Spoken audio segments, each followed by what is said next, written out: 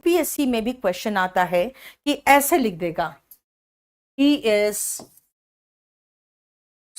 So tired,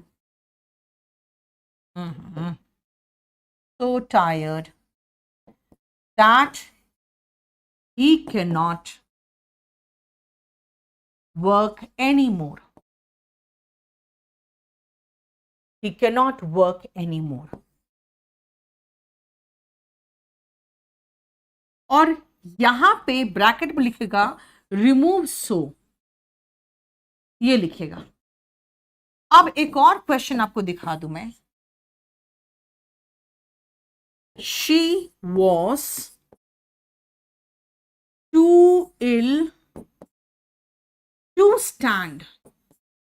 ये descriptive paper में आता है, चाहे वो असिस्टेंट कमांडेंट का पेपर हो या कंपल्सरी इंग्लिश का पेपर हो, उसमें खाली लिखा रहेगा रिमूव टू या रिमूव सो, ऐसे रहेगा, रिमूव टू या रिमूव सो। इन दोनों में से किसी एक भी सेंटेंस को अगर आपको आ जाए करने के लिए तो बेटा क्या करोगे? ऐसे कंडीशन में आप याद रखना, आप स्ट्रेट अवे तो को जब हटाओगे ना बेटा, तो ये दैट भी हटेगा। टू को हटाओगे तो ये टू भी हटेगा।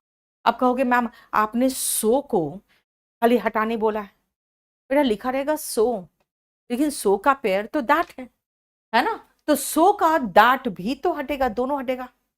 और टू का पेयर जो अगर हटाओगे, टू हटाओगे तो ये टू भी हटेगा। और ये इस स्ट्रक्चर में सो दैट अगर रहता है ना, अगर उसमें रहता है रिमूव सो, तो याद रखना वो टू टू में चेंज होता है, और टू टू को अगर हटाना है तो सो दैट में चेंज होता है। He is so tired that he can not work any more, ये बनेगा he is too tired to work any more.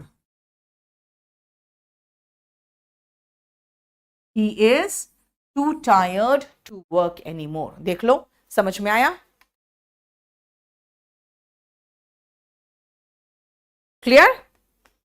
She was too ill to stand, ये होगा शी वॉज सो इल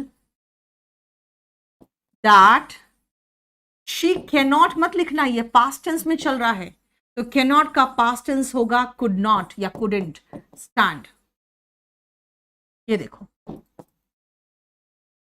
सो को हटाओगे तो that भी हटेगा, टू को हटाओगे तो टू भी हटेगा।